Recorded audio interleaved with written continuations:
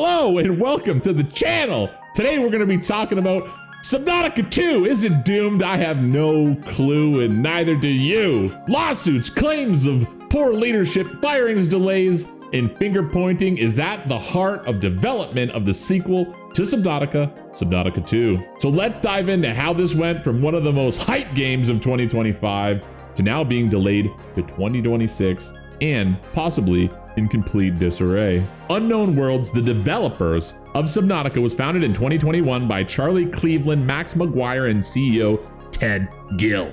Subnautica was hugely successful with 6 million copies sold across all platforms since its launch in 2018. And in 2021, Outer Worlds was acquired by Korean video game publisher Krafton for 500 million shekels. You may also know them as the company that published PlayerUnknown's Battlegrounds, PUBG, as I like to call it. So let's get into the shenanigans and figure out why the fans of this franchise are collectively losing their fucking minds. Seemingly out of the blue on July 2nd, Krafton fired the founders of Unknown Worlds and had this to say about it. It was labeled inevitable leadership change driven by project abandonment despite holding 90% of earnout for themselves, making them out to see like they're very, very greedy. First and foremost, we sincerely thank you for your continued support, passion, and unwavering dedication to Subnautica. We wish to provide clarity on the recent leadership changes at Unknown Worlds, a creative studio under Krafton. Krafton deeply values Subnautica's unique creativity and an immersive world building to provide fans with even better gaming experiences.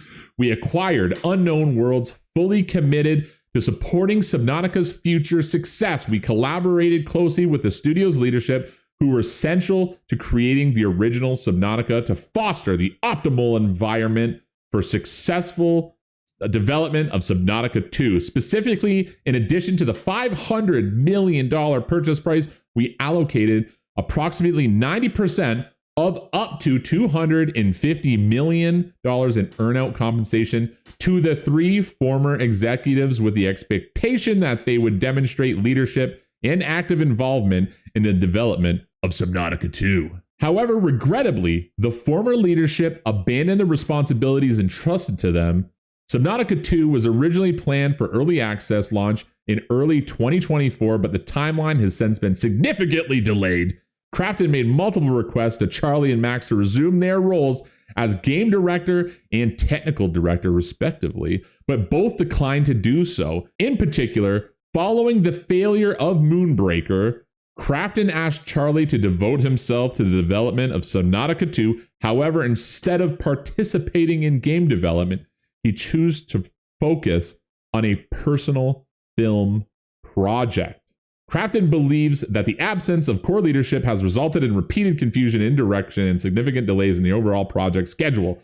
The current early access version also falls short in terms of content volume. We are deeply disappointed by the former leadership's conduct, and above all, we feel a profound sense of betrayal by the leadership to honor the trust placed in them by our fans. They also go on to say that they're dedicated to keeping the people who they have around right now, the actual devs, not the leadership, and to be compensating them. That's pretty much what the rest of it says, okay? That's it for what Krafton has to say, all right?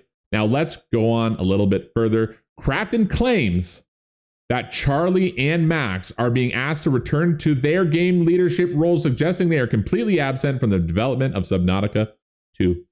And by doing some research, I found that Charlie is in fact working on a movie called Nutmeg in Mistletoe. And he calls it the spiritual successor to the Elf movie. Also, the movie poster that I found online is pure AI garbage. I also found this quote in an interview about Moonbreaker, which Charlie directed. I need to switch from Subnautica. I've been working on it for 5 years as intensely as I had been working on Moonbreaker for 5 years. But this one I wanted to keep working on. I love Subnautica, but those 5 years were really tough. We wanted to make a game that was going to last a decade or longer. Subnautica couldn't do that because it just wasn't designed to be expanded. This time we're like, okay, let's get all of our ducks in a row. If this works, can we figure out a way to support it forever? And so here we are. 10 years is a long time. I don't think I'll be working this much on it. I mean, Mark Rosewater is the chief designer for Magic, and he's been doing it for 20 years. He's not slowing down. He's doing these daily podcasts in his car. Who knows? I could be that guy. This quote is all over the place. I can't get a fucking read on this guy. He doesn't seem very interested in developing Subnautica 2. Also, he doesn't mention any of the other co-founders, Max McGuire, or CEO Ted Gill. Yet Crafton says that they asked them to all return to work, not just Charlie, the one who's working on the movie. So now that we've looked at the movie, seen the quote, we've got Crafton, let's look at what Charlie had to say about this. It continues to be an explosive and surreal time for Subnautica team and community. None of this is what we wanted, but we truly appreciate the amazing support we've gotten from everyone. It means a lot to us, especially now. As I wrote last week, we know in our souls that the game is ready for early access. That is just how we roll, and we'd like nothing more for you to play the game. Devs live for this, but it's not currently under our control. We've now filed the lawsuit against Crafton. The details should eventually become at least mostly public. All of you deserve the full story. Suing a multi-billion-dollar company in a painful, public, and possibly protracted way was certainly not on my bucket list, but this needs to be made right. Subnautica has been my life's work, and I would never willingly abandon it or the amazing team that's poured their hearts and souls into it. As for the earnout, the idea that Max, Ted, and I wanted to keep it all for ourselves is totally untrue. I'm in this industry because I love it, not for the riches. Historically, we've always shared our profits with the team and did the same when we sold the studio. You can be damn sure that will continue with the earnout bonus as well. They deserve it for all their incredible work trying to get this great game into your hands. Stay tuned, Charlie. So now that we've heard from both sides, it's a tough situation to dissect. On one hand, you have the possibility that Crafton is fucking over the founders and creators of Subnautica to rob them and their employees out of $250 million if they were to hit their financial goals. On the other hand, you have one founder who's making a movie and is being quoted saying that he's not very interested in making another video game. Did Charlie fuck over everyone else by not being around for the development? So Crafton is using his absence as a way to get out of paying them hundreds of millions of dollars? Or is this a greasy corpo scum move by a multi-billion-dollar gaming organization? The one thing that I will say is that Crafton's statement is quite brutal, a scathing indictment of the founders' characters, suggesting that they would take 90% of the $250 million for themselves, also calling them out for being selfish and writing movies instead of focusing on the game. I mean, look at what the thing's called. The statement itself goes directly for the founders' throats. Inevitable leadership change driven by project abandonment despite holding 90% of earnout for themselves. That's what the statement is called. That's the header, which is wild. I don't know how to make heads or tails of this. In one hand, I always kind of want to believe the development team, the founders side, and go against the corpo movement, right? Against these huge corporations. But Charlie has not exactly given me much to work with here. He is quite literally quoted saying that that quote from him is all over the place.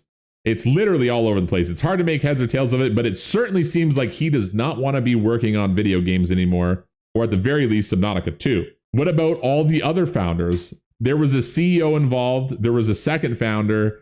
What about them? When they say that they asked them to go back to work and to work on this project, they kind of imply all of them.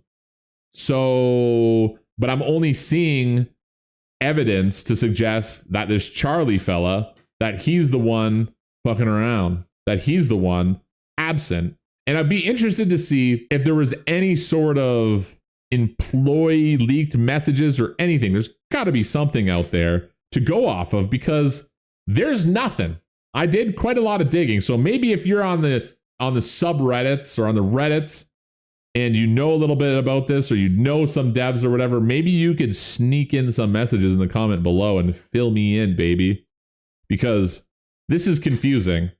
And on the outside, it really does seem like Crafton is just trying to pull one on him quick to save $250 million, because that's a lot of money. Who's right? Who's wrong? I have no idea. And I don't think a lot of people do. And it sucks because I was really looking forward to playing Subnautica 2. I didn't put a ton of time into Subnautica 1. I'm not going to sit here and lie to you. But I really, really, really enjoyed my time with it. And I was looking forward to a more polished version of Subnautica. So where does that leave us? Do you believe in the corporate overlords who feel clearly very strongly about this? I mean, they are putting a huge risk out there with this statement, with this lawsuit. They got very emotional in this statement. Did they expose themselves to being sued or what? You know what I mean? I'm not like a legal guy, but they seem to really believe in it. They're going to get sued. So they may have fucked themselves if this was a lie. So it kind of makes me believe the corporate side of it a little bit, because they're putting a lot out there. They're putting themselves out there to make all this happen. Maybe they see it as a risk versus reward, $250 million or a few $1,000,000 for this settlement or whatever, who knows?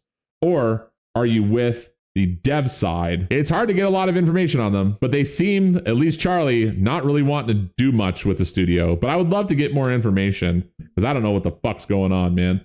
So let me know in the comments below if you know anything. Also, why this sucks that this is not coming out is because there's not a whole lot of video games coming out this year, man. There's really not a lot, it would seem like this. From now to the end of the year, there's a handful of games that I'm semi-interested in. Outer Worlds, maybe. There's some other ones, but nothing that really I'm really hyped about. So let me know what games you're hyped to play in the final quarter of this year. I would love to hear it in the comments below. My name is Rage Review. Thank you for watching. Take care of yourselves, and we'll see you on the next one.